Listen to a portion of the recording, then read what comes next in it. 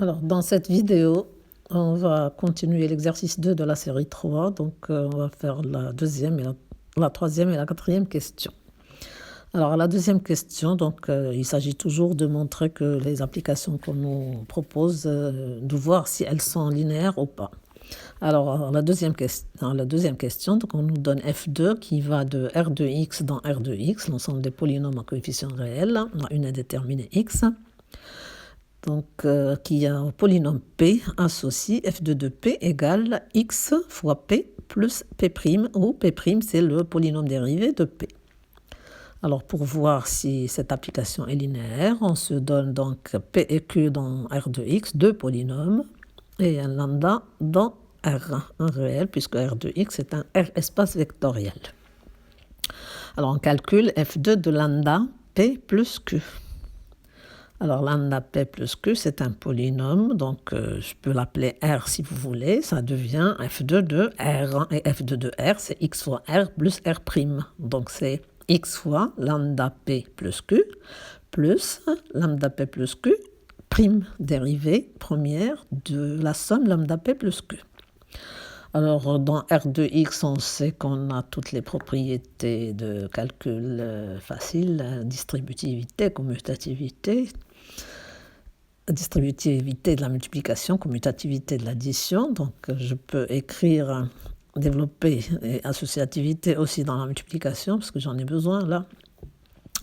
X fois lambda P plus X fois Q, donc j'écrirai lambda fois XP plus XQ. Et puis, on sait aussi que dériver une somme, on vient à additionner les dérivés, c'est-à-dire à faire la somme des dérivés.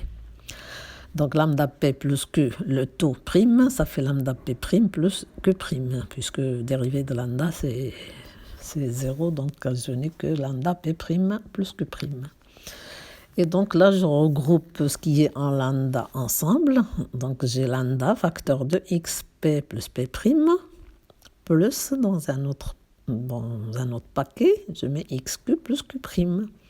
Et donc là, je reconnais lambda f2 de p plus f2 de q. Donc j'ai f2 de lambda p plus q qui est égal à lambda f2 de p plus f2 de q. Ça veut dire que f2 est linéaire. Donc là, c'était vraiment facile.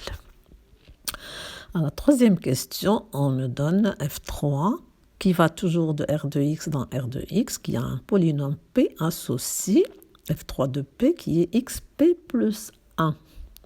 Alors ce 1-là, c'est ce qui va déranger pour que f3 ne soit pas linéaire. C'est comme pour une application pour les fonctions affines. La fonction affine qui est la forme ax plus b, si le b n'est pas nul, elle n'est pas linéaire. Donc là, on sait d'après le cours que si f est une application linéaire de E vers f, alors f de 0 de E, c'est 0 de f. C'est la linéarité comme la linéarité des fonctions linéaires qu'on a appris au collège.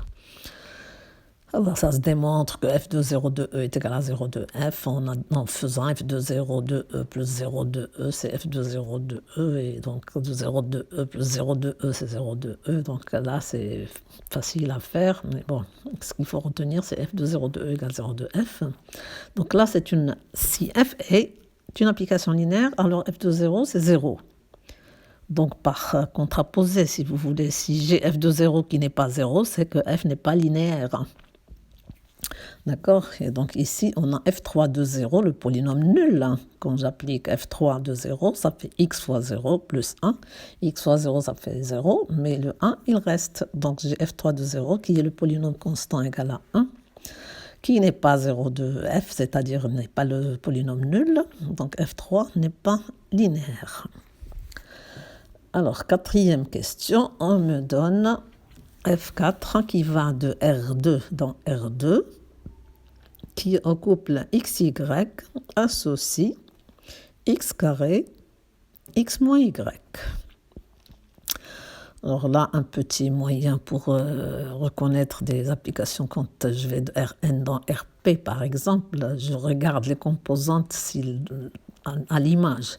Les composantes n'ont pas l'air d'être des applications linéaires. Je parle des fonctions linéaires de la forme x donne à x.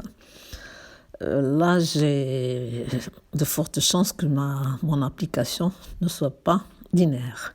C'est le cas ici, donc la première composante de F4 de x, j'ai écrit la deuxième. Alors, la première composante, c'est x carré. Et nous savons que la fonction qui a x associé x carré n'est pas linéaire. La courbe est une parabole, n'est-ce pas? Donc là, on sent que notre F4 ne va pas être linéaire. Et pour cela, on cherche juste un petit contre-exemple où une des deux propriétés de la linéarité n'est pas vérifiée. Alors, je prends par exemple lambda égale à 2 et U, je prends le couple 1, 3. Alors, je calcule F4 de lambda E. Alors, lambda E, c'est 2 fois 1, 3, donc c'est 2 fois 1 et 2 fois 3, 6, donc c'est F4 de 2, 6. F4 de 2, 6. Alors, le 2 au carré, x carré, ça me donne 4. Et le 2 moins 6, ça donne moins 4. Donc, j'ai F4 de lambda E avec lambda égale 2, U égale 1, 3. Ça donne 4 moins 4. On va regarder lambda fois F4 de E. Parce que si la fonction était linéaire, si l'application était linéaire, j'aurais F4 de lambda U égale lambda F4 de E. Alors, je calcule lambda F4 de E, indépendamment. Lambda, donc c'est 2. F4 de E, E c'est toujours 1, 3. Donc F4 pour le 1 au carré, ça fait 1. Et pour le 1 moins 3, ça fait moins 2. Donc ça fait 2 facteurs du couple 1 moins 2. J'applique la définition de la multiplication externe dans R2. Ça fait 2 fois 1 qui donne 2 et 2 fois moins 2 qui donne moins 4.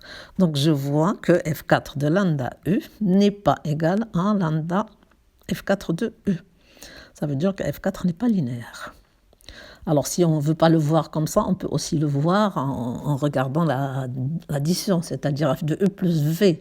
On ne va pas trouver f de e plus f de v tout simplement parce que on va trouver que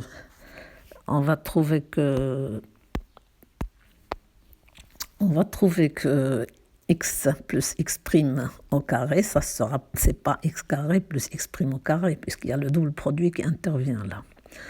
Voilà, donc F4 n'est pas linéaire.